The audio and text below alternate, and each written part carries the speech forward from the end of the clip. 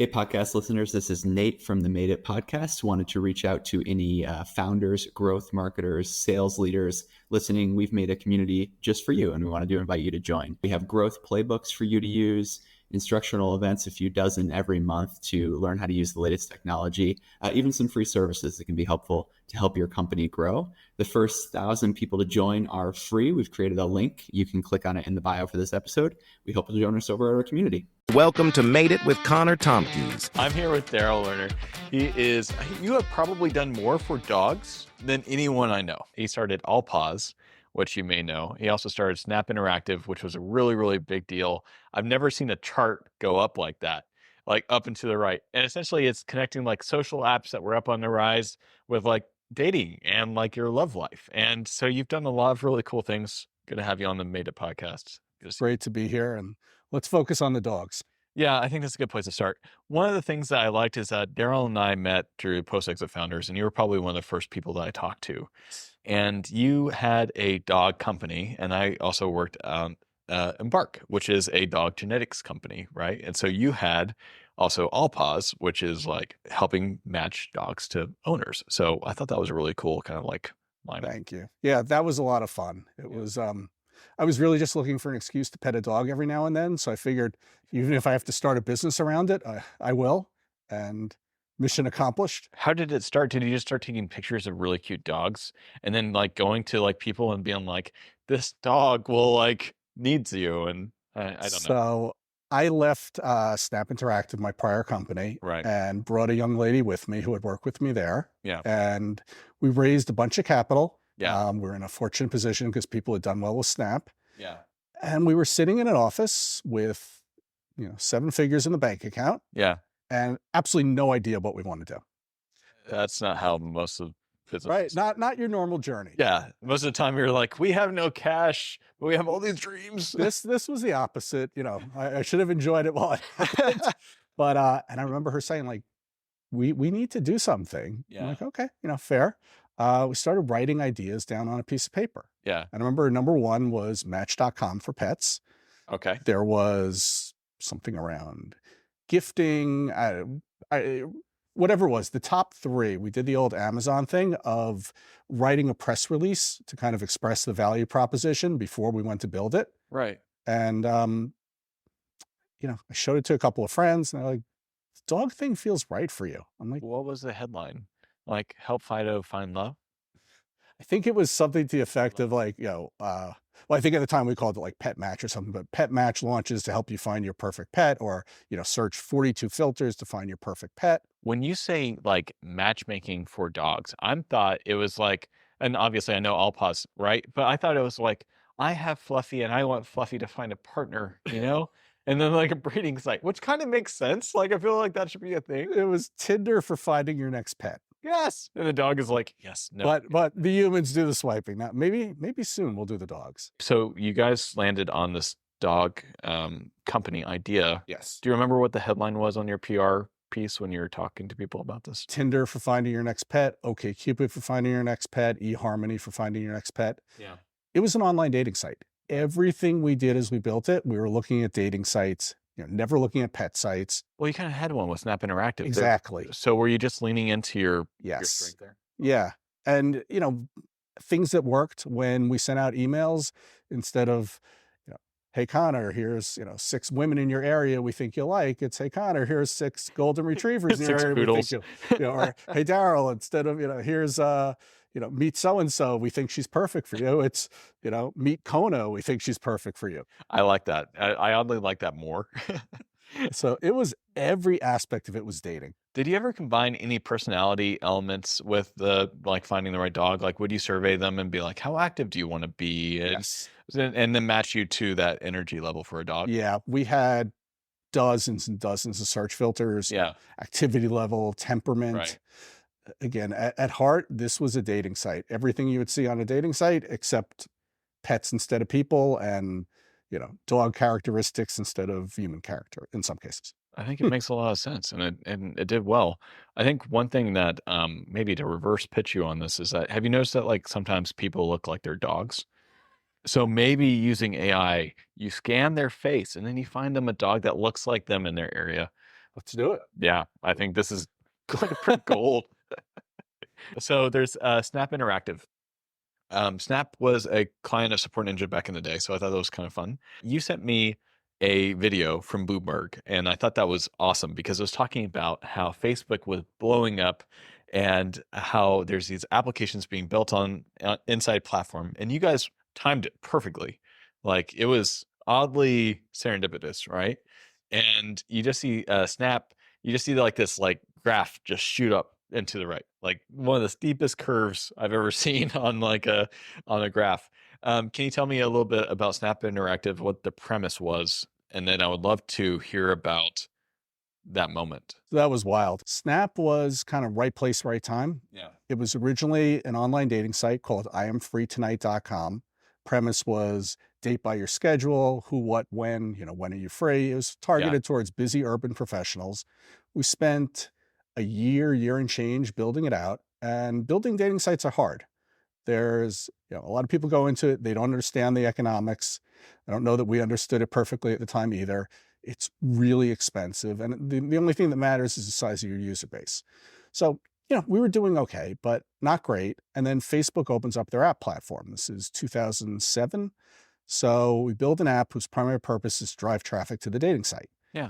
And way outperformed expectations. Yeah. We sensed there was a life-changing opportunity, pivoted on a dime to build entirely on Facebook, stopped building I Am Free Tonight, never touched it again, launched a new app called Are You Interested? August 14th, 2007. And in those days, it was kind of the wild, wild west. Before Facebook had a lot of rules, if you understood viral growth, we never did anything shady, but Connor, you want to move up in search results, invite 20 of your friends. You want to see, get better matches, invite 20 friends. Basically. I would do that. And millions of others did as well, thankfully. I mean, this is how Morning Brew grew, right? Because they had that thing where it's like, invite 20 friends, you'll get a backpack, and then you have this newsletter thing. Yep. So that makes a lot of sense. So we would, gate certain features behind needing to invite friends. Right. And we grew, hundreds of thousands, millions of users in the first few weeks, first few months. Thing went nuts. We certainly weren't prepared for it, and we got a really quick lesson on scaling. We made it through. Obviously, a lot don't make it through, and a lot fall apart. Like when the app breaks, the site breaks. But we had to learn quickly how to scale a site from, 100 users to 1 million users in like a minute and a half. And the thing kept growing. I think we grew 12 consecutive quarters. We were publicly traded, and which was an unconventional route. When did you become public? From the beginning. It wasn't an IPO. It was a self-registration. I have a law degree. I have a background in securities law. So we were able to take the company public from the get-go, which we thought was a good idea. We thought it'd make it easier to raise friends and family money, give them, That's liquidity. Not the way most people would go. No, we've never done things the normal way. Perhaps we should have. Yeah. Because it mostly sucked. We were on the bulletin board. We had this illiquid stock, basically couldn't trade. And no matter how well the company was doing, we couldn't raise money. A lot of VCs wouldn't touch us because we were publicly traded. We were doing several million a quarter in revenue, I think, at this point. We had a market cap of 7 million. Thing doesn't trade. We get a call randomly from a Bloomberg reporter. And he's like, you guys seem like the best undiscovered story on Wall Street. Can I sit down with you? This is probably October of 2010-ish. So we have a long meeting with him. Seemingly goes well. Don't hear from him for 2 months. About mid-December, he calls us and he goes, do you work in a garage?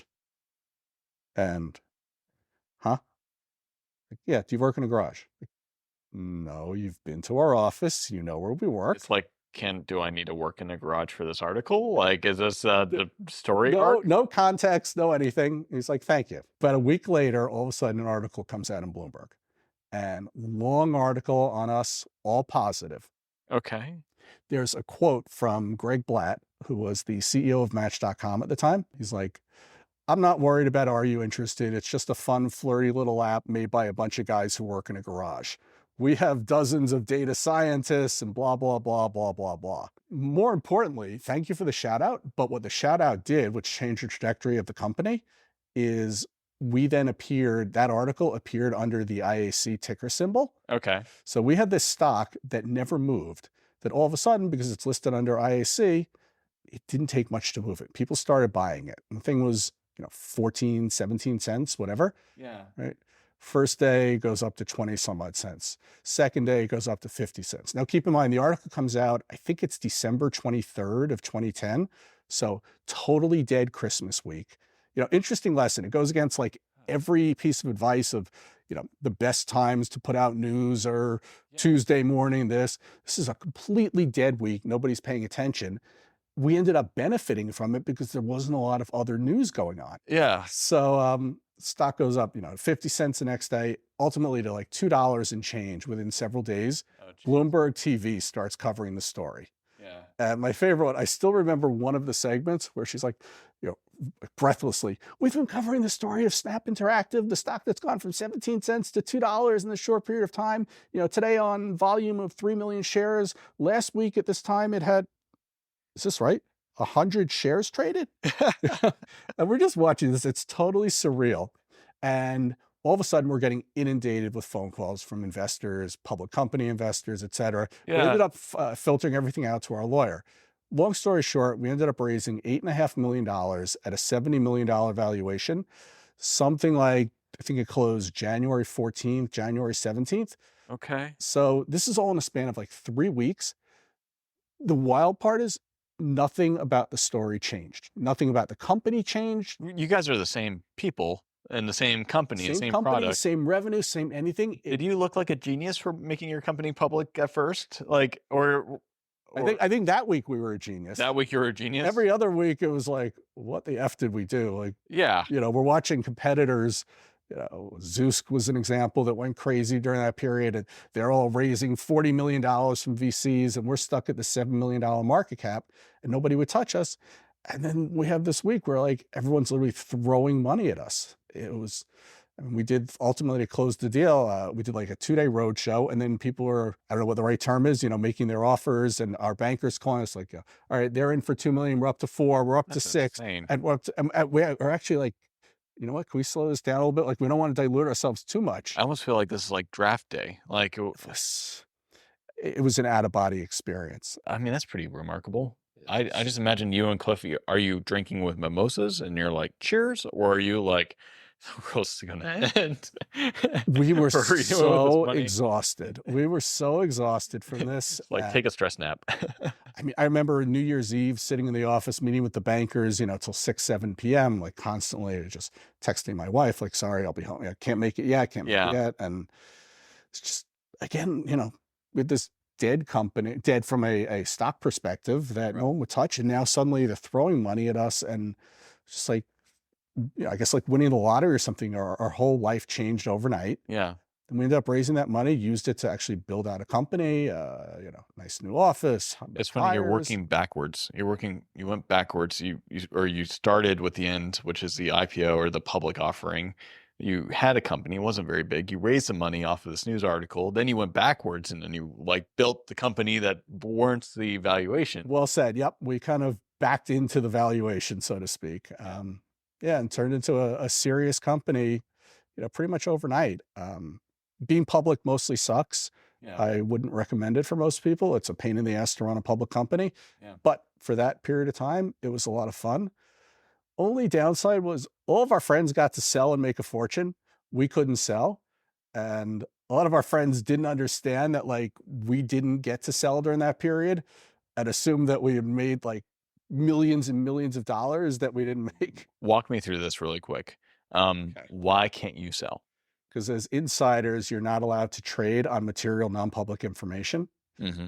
Combine that with the fact that we're particularly conservative when it comes to that stuff and didn't want to get in trouble. We had a stock that just went up from 14 cents to at a high $4 and change almost overnight. Right. So we just didn't want to risk selling and Well, there's a lockup period when you initially go public, right? So can you help me understand, like, you guys have already been public for a long time. Yes. Did you not want to spook investors? Did you not want to? It's the fact that you can't trade on material non-public information. So And you're the catch-22 is, as a CEO or founder, you're always in possession of material non-public information. You're like, this is my company. What a lot of people do is they'll create a memory serve. I think it's called a 10b5-1 plan. Right. And so they say that we're going to execute on this at this time. Right. Did you guys do that? No. Do you wish you did? 100%. Okie dokie.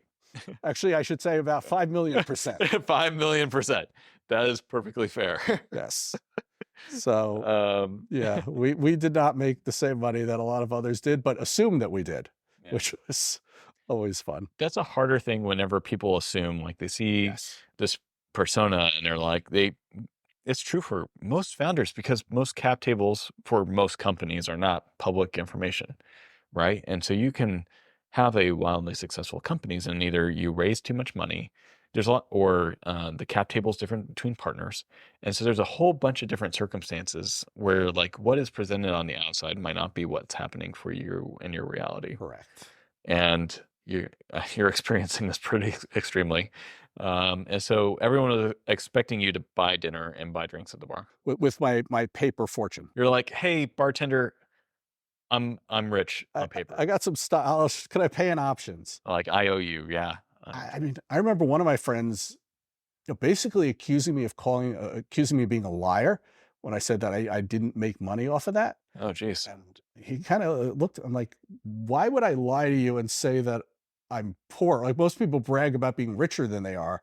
Yeah. I'm not poor. And he couldn't comprehend that I didn't make any money out of that. You know, it didn't end up selling anything until many years later. Can you walk me through the exit? Because that's a very unique exit. And I'm sure that there's a lot of lessons learned on the M&A side. Ultimately, I left in early 2013 to start something new, to start All Paws. Yeah. Company was subsequently acquired well after I left. Don't have, too much insight into the exit process there. Yeah. It was past me. You ended up selling All Paws. So you left, started All Paws. Yes. You had a co-founder. No. Oh, I thought you solo founder. Solo founder. I thought you had a person with from your previous venture, and you guys are coming up with some ideas. Yeah, she joined me, but not quite at a founder level. Gotcha.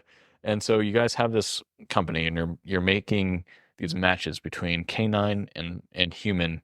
These kind of love relationships that are going to be in place for years to come. You start All Paws, and you end up exiting All Paws. Who did you sell it to? PetSmart. And what was that like? I found it fascinating from an intellectual perspective. Yeah. If most of my life didn't depend on the deal closing, I would have absolutely loved it. What was interesting, I mean, All Paws was not a huge company. We were three and a half employees. We were doing, 7 figures in revenue. We were operating out of a 1-room office in New York City in a shared service space. I have a law degree. I'm very detail oriented. I'm organized. I was blown away by the due diligence process. You're selling to a major company, and the difference between like buying a company on a 7BA or a small business loan versus selling to a major company that has requirements to their shareholders about the companies that they acquire is completely different. I was thrilled. We got multiple bidders well above my minimum target price. Right. So from that standpoint, like, great, this is going to close, or this is going to, get to letter of intent stage at an amount I'm really happy with. So that was great. The due diligence process, yeah. I mean, I remember they at one point asked for every agreement the company had ever entered into. I remember that question. Not a fun question. Well, the best part, I don't know about in your case. In our case, I handed them all of our agreements, which weren't a ton. They were kept in a drawer. And they're like a physical, it was a physical stack. It literally was. And they're like, no, every agreement. And I'm like, what do you mean? They're like, so long story Vendors, employee pretty much anytime you check the terms of use, I agree to the terms of use box, like when you sign up for Gmail. Oh yeah, I forgot about that. Yeah, you have to do that too. And I'm like, are you effing kidding me? Oh geez. And I'm like, we ultimately agreed. We arrived at a place where I was willing to represent that the sum total, if I turned over our password doc, the sum total of these relationships was that we had signed up on their website and there was absolutely no other relationship. And like, they ultimately were okay with it. But the fact that this was like a thing for a bunch of days, or one developer who worked on one piece of code 2 years earlier, who Yeah. I didn't even know where he was. They're like, we don't love his agreement. So that kind of stuff. I think I might have blacked out whenever they asked me about this. And I remember like we had to pull up a spreadsheet and we listed out every single software that we had, right? And then we listed out every single like user credential, number of licenses, and then we had to find the contract. And then we're checking our email addresses to try to find when they sent us this contract. Sometimes they didn't send you the contract. You're like, how material is this? But this is some of the stuff that you have to do whenever you sell a business to a private equity firm or a bigger company. It's a lot. Yeah, I mean, they brought in a separate outside counsel, top Yeah. law firm for this, in addition to their in-house general counsel. Were they taking some of the cost of the due diligence out of the sale price? No, Oh, that's good. Okay, that's a win. no. Thankfully, no. Yeah, we're going to spend this much on your company, but we're going to spend most of it on due diligence process. That's what I'm like, I feel like you're spending more than the cost of the company on the due diligence. Most likely, yeah.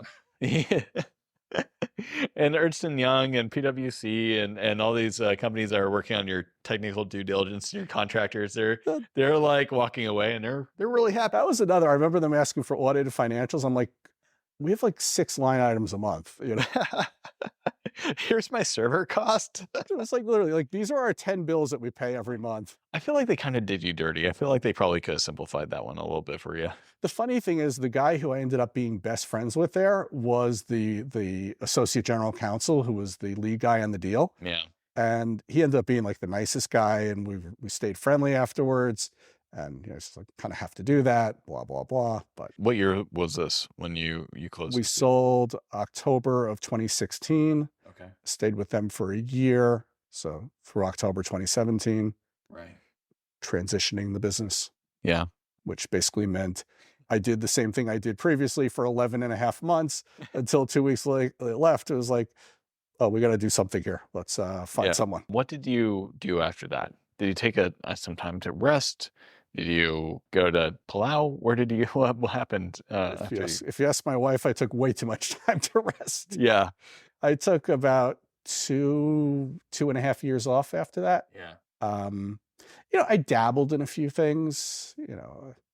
You've been through similar. I didn't know what I wanted to do at that point. I still don't know what I want to do. I say I don't know what I want to do when I grow up. We spend most of our time talking about what we want to be when we grow up. But I really, I had money in my pocket. I felt like this Snap kind of rolled into All Paws. So in a way it was, like a 10-year journey, and it all ended. And I was just like, I don't know what to do with myself now. So, we bought a house. I was like, okay, cool. I can be home for the furniture delivery. We had recently gotten a dog, so I can walk the dog, and watched a lot of TV. One of my friends is like, I was always wanted to go into business with you. I'm like, okay, cool. And, we kind of dabbled at some stuff, but the passion wasn't there. The drive wasn't there. This might be cheesy, but I want to send I don't know if it's a gift basket or a trophy. I like if you're an entrepreneur and you sell your business, and you reach out to me, I will send you a physical trophy, because I feel like some people they sell a business and Where's my nothing trophy? happens. Well, you have to reach out to me. But you know what I mean? It's so anticlimactic, and for a lot of people, it's a hard transition, and they don't know what they're supposed to do next. And it would be nice to be like with YouTube, you had 100,000 subscribers and you get a play button thing. And it's yeah, I get the participation trophy thing. Not everyone should get one, but if you built a company, I want a trophy is an example, but that should be celebrated. That should be let me throw an event in the city and gather some friends or some other entrepreneurs together and let's have a drink. That needs to happen.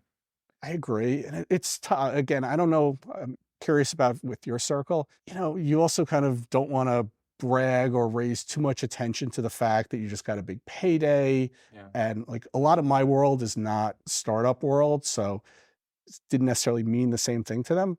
It's funny. When we sold the company, you're waiting for the check to clear or the wire to go through. Yep. And that's a weird moment. And then I got home and my wife, in the span of 5 minutes, figured out how to spend everything.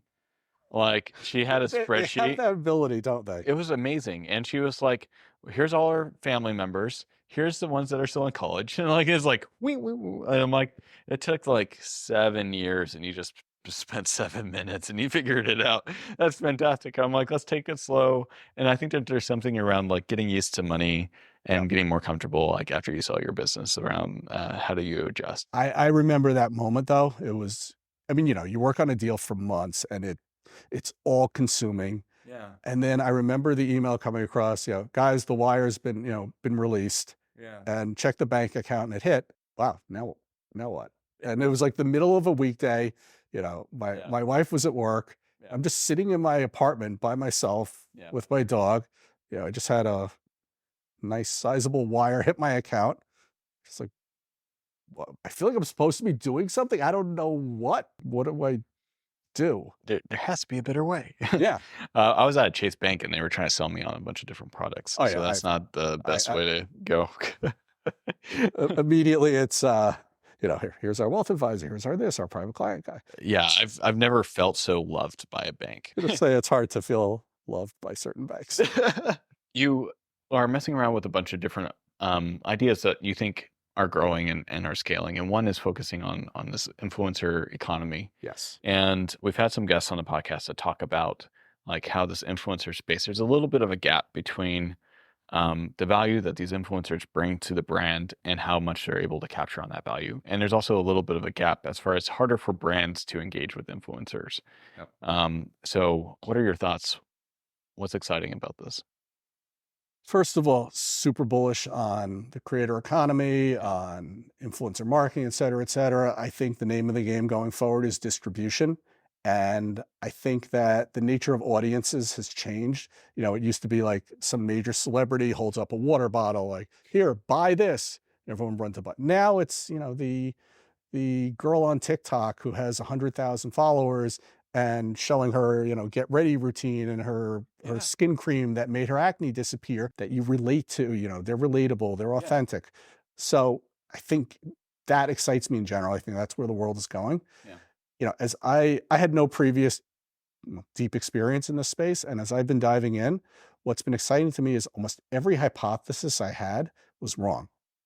The space is so much earlier than I thought. There's so much more opportunity than I thought. I'm working with someone on this and partner. We interviewed at this point, probably interviewed like 60 models, influencers, creators. I just assume, they're all signed to big agencies who do all their brand deals and blah, blah, blah. Yeah. And it's not the case in a lot of, particularly anything below like the top tier influencers. What would you consider to be top tier? Probably 10 million and up. We talked to a kid who has 5 million followers. He's his own agent. He does his own brand deals. We have an onboarding form. We've been forming a community of these people, and we have like 80 so far. And we ask them, what are their rates for, an Instagram post or a story or a reel? Even just that, they're so all over the place. I mean, granted, different people have different engagement and different niches, et cetera, but they're so all over the place and there's so little correlation. Like one might say that to do a reel or to do a post, I charge X. To do a post and a story, I charge 2X. Another might say I charge 5X. Another might say I don't even know what the standard is. Like when I don't think they do either. I was asked to do like a brief for influencers, and I'm like, I give you $500 and you give me something, hopefully, please. Like, pretty please. That's what's been exciting and challenging is like everything is still on the table. Every opportunity is still available. We've had a hard time sorting through. This is an interesting data set. So like, are you sending them a type form and they fill this out? So for what I just described, yes, but initially it was a lot of just interviews. It was getting them on calls. Essentially, same way I would interview a user or a potential customer, Right. Ask them a lot of questions to input them into our community. Yes, we're using a type form type thing. I think that would be very interesting data to see, like just to see the range as far as like, here's the number of followers that you have. Here's how big the community is that you engage with. Here's the engagement level. And then here's how much you're asking for. Because anytime that there's like an untapped or undeveloped market, that type of data is like incredibly interesting. Yeah. So how far along is this idea and what do you think comes next? Still very early. We've been onboarding creators, models, influencers into a community. We're up to about 80 with 30 some odd million followers between them. We Yeah. have another 100 or so with up to like 90 million followers in the pipeline, and then access to a bunch more. Yeah. We're really trying to figure out what to do with them. We don't want to be a traditional agency. Right. We don't want to do brand deals. What we're actually seeing a lot of is influencers, models, creators, et cetera, who want to launch brands or want to start businesses and don't know how. Oh, they want to do their own from 0 to 1. What's resonating with them really is the what's next question. Brand deals are inconsistent. They know if they're a model, their shelf life might be limited. Right. Or they're a slave to the algorithm. Doesn't matter what platform you're on, Twitter, LinkedIn, TikTok, Instagram. Right. The algorithm is always screwing you, which makes sense. So the idea of being able to build an audience off platform, own their audience, monetize off platform, Yeah. and in a lot of cases, actually launch a brand or a business is really interesting to them. We're just trying to figure out how to manage it with, bootstrapping and 2 people. Yeah, there's a limited bandwidth there for Yes. sure. I'm not sure if it looks like, do you partner with like a distillery and you're like, everyone gets a tequila brand, like, and you put a label on it? Or is it more like you go to like that conference in Shenzhen where they have like every single manufacturer that's ever been on Alibaba, AliExpress, Temu, and Amazon, and you walk around with these influencers and you're like, pick your product, and go from there. I don't know what that looks like. We're figuring it out. I'm figuring it out right now. Are you focusing mostly on fashion? Not particularly. Okay, so it's all different types of people. Yeah, I mean, we're seeing people want to do skincare, people who want to do certainly fashion, Right. supplements. They all want to do it. Not all, but some more seriously than others. Yeah. A lot of them just don't have the knowledge, experience. They kind of know. I mean, one of my initial questions when I was interviewing them is like, do you feel like there are monetization opportunities that you're not taking advantage of? And the answer was always yes, but I don't know what they are. I don't know how to go about them. Yeah. And now this has kind of been distilled into this what's next, solving the what's next challenge, owning your audience off platform. Helping them make their own product or service from scratch sounds incredibly difficult. Yes. Like that sounds like Yes. you're just spinning up constant businesses with people that have varying degrees of success. Does it make sense to like work with pre-existing people? We're exploring that. Again, it's limited bandwidth, so we can't do many. Yeah. Beauty is they have the distribution figured out. Yeah. The right ones. If you ever, but whether it's an engaged audience of 200,000 or an audience of 5 million, Yeah. whatever it is, they've solved. I mean, the CPA should be 0 initially, and they've solved the distribution question, which for the rest of us is what we always struggle with. Like, how are we going to get our product into the hands of users? They have people who are lined up, to buy, engage with whatever they want to do. So that also is what's exciting to me is they have what I always had to build from scratch. It's just sitting there and it's largely untapped. With this new business and some of the things that you've learned in the past, what are some things that you're going to do with this one that you didn't do with All Paws and you didn't do with Snap? I mean, I've learned so many lessons along the way that I'd like to think I'm implementing as we go. I think you can hear right now, we're trying to figure out product market fit, trying to figure out the right opportunities, trying to prioritize. I mean, I think it's all reflected in the things I'm doing that I probably take for granted. Yeah. In the past, I've gotten distracted by shiny objects, many, many shiny objects. Ironically, a lot of them have involved celebrities, with the dating site, like Ben Stiller's people contacted us, wanted us to design a site to appear in their movie for like a month. Zoolander? Sadly, no. It was something that went straight to video. Oh, okay. So for like a month, that's all we focused on. And we learned a lesson like, okay, that accomplished nothing, didn't move the business forward. Yeah. So, I think now it's reflected in just my actions, just knowing that you need to ruthlessly prioritize. You need to identify the 1, 2, or 3 things that move the business forward. Yeah. You need to figure out how to get to product market fit, know when you have it, know when you don't, and just all of those things. If and when we get to the point, I've learned a shit ton about hiring and which is arguably one of the most important things that we can possibly do. I'll add one more. I think another thing I've learned over the years is the ability to communicate effectively, which I think is a superpower, the ability to have tough conversations and be candid and direct. And, I didn't have that when we started, and most people never have that. So learning that, I think, has made a huge difference in my career. That's fantastic. Where should people go to find you, Darrell? Twitter is at DarrellLerner.com. I'm sorry, at Darrell Lerner. My website is DarrellLerner.com. I'm on LinkedIn. My Instagram is dlerner2112. Soon we'll have influencers that will be popping in and out of your feeds, and then it'll go from there. Yes. Well, I joke that I have now on Instagram as a result of this, the highest model to follower ratio of any non-model in the world, because I got like 300 followers on Instagram, about like 30 of which are models. That's definitely not my demographic on my feed. Not the one I expected to be at either. At some point, you need to combine influencers with dogs, and your platform can be like dog influencers, maybe. I'm down for anything dog related. I think it's a big deal. All right, guys, that's the pod. Cheers. That wraps up today's episode. For more inspiring stories and valuable lessons from successful entrepreneurs, be sure to listen and subscribe wherever you get podcasts. Thanks for listening. Until next time, keep pushing boundaries and writing your next chapter.